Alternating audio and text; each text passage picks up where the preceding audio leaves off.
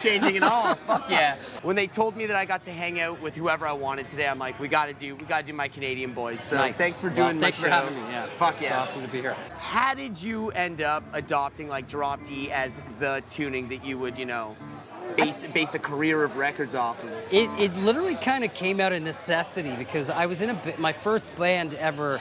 I was a rhythm guitarist, and then we had a lead guitarist who was amazing at doing, you know, he did all this amazing shredding kind of stuff. Is this like pre-Pez? This is pre Billie Talent, pre-Pez. Yeah, okay, yeah. And then when we formed Pez, which would end up becoming Billie Talent, I was the only guitar player, but I wasn't really like a lead player, so I was trying to do both. And all the bands I was listening to at the time, bands like Hardship Post from Halifax, like they played in drop D, and Soundgarden and Rage Against the Machine, all drop D, and I just kind of adopted that tuning and then started playing that and covering their songs, and that's what ended up when I was working on original songs, it was always in drop D, and it just stuck, I guess. Yeah. That's awesome.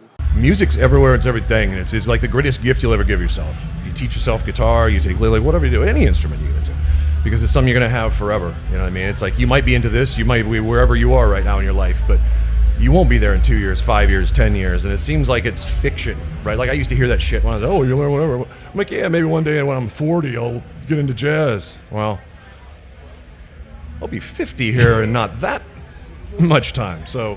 You know, and I still haven't got into jazz because I got more headbanging to do. But yeah, I haven't seen you start your jazz side project yet. No, I haven't even started practicing. No, I got a long way. I don't know. I started as a drummer, and so it all started for me with my dad showing me the Black Album, like right when it first. So I was like 2, you know, and I remember hearing the Black Album for the first time. I was like, this is the greatest thing ever, and it changed my life forever from there. I started to go as I got a little bit older. I stole the Black Album from my dad and started going backwards through the Metallica discography. And I had started playing drums in like the orchestral band at school, so I just gravitated towards asking for a drum set. And then Lars was my guy. It was my North Star forever. And I know that people shit on Lars all day long, but I'll stab you. Don't say anything about my guy. And then at some point, I started realizing that like while drums are really cool and I enjoy playing them, like I can't really write a song unless I can play guitar. We've always loved the big heavy riffs, so I guess when 311 started, it was like we would have a heavy riff, but then there would be like rapping over it. Yeah. You know, so combining those two styles, that was a pretty new thing at the time. You know, there was hybrid music, we called it, so it was. That's kind of where it started. You yourself, like you never really aspired to be like have a James Hetfield voice. Did you never wanted to like growl like 80s style like that? You were into either like rapping or melodic singing, right? Yeah, I mean, I think I've more of a baritone range. I loved Jim Morrison. Yeah. I love crooners like Frank Sinatra. Well, I think by the time I was growing up, I was a kid of the late 70s, early 80s. We didn't have the internet, we didn't have TikTok or YouTube, but by that time everybody had a TV, obviously. Yeah. Most people had cable TV. Pop culture was everywhere, so you could not help but be affected by pop culture. And just from songs I would hear in pop culture, I started getting interested in music. Back when music was ubiquitous, just constantly everywhere, all around you, and so like television shows and movies. Right. Like this sound right here. This is one of the first things I remember that got me excited about music. The spy chord. Yeah. Or the this type of riff, like.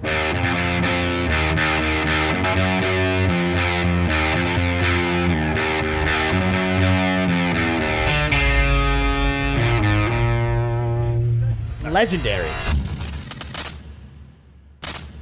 The first band I ever really got into was just Nirvana and shit. Like Nirvana is just one of the best alternative bands ever. And shit. I mean, yeah, it's the riff that changed all of our lives. Yeah, it's literally, let's be real. Literally, yeah. Essentially. What about you, Crab?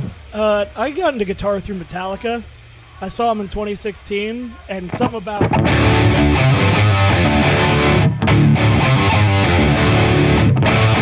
that kind of strikes you. Yeah, you like that low tuning Metallica. Yeah, that D shit.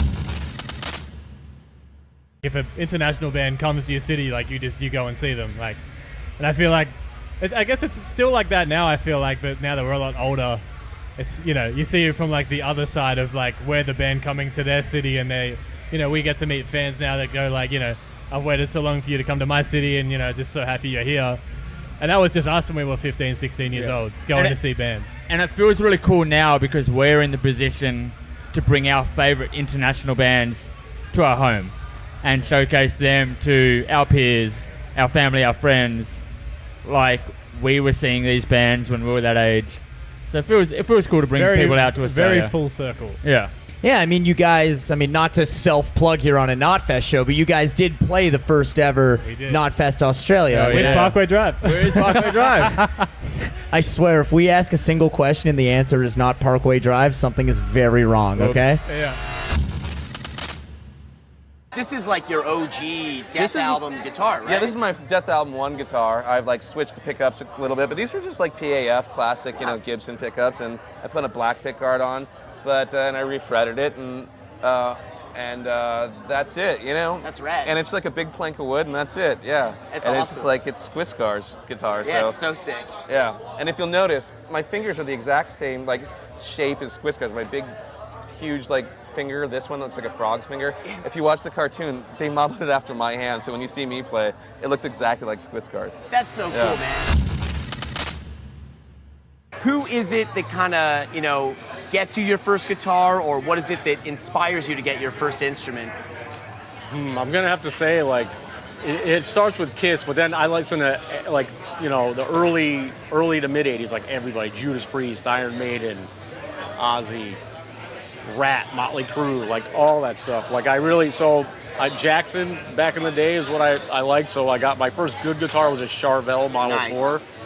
So then it you know, it went from there, and that's what started it all off. Just because that's what people were playing in the '80s, it seemed like. Yeah, like the Shredders, yeah. Kirk Hammett and Randy Rhoads, for example.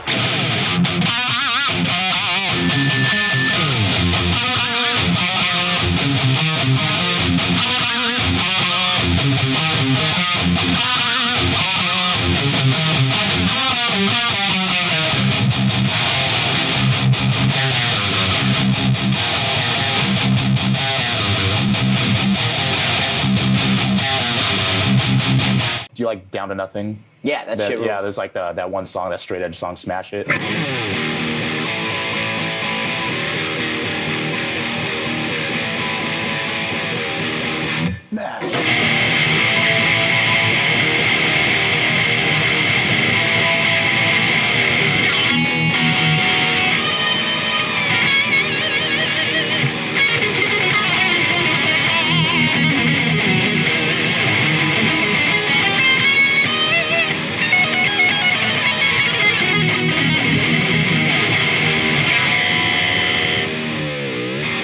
Should have brought the Floyd today just to be able to do that shit with you. But yeah, just shit like, yeah, you know, Down to Nothing and No Warning. And what I got to shout out Ceremony. Ceremony is my favorite hardcore band of all time. Very legendary. Yes. The classics, you know, the classics.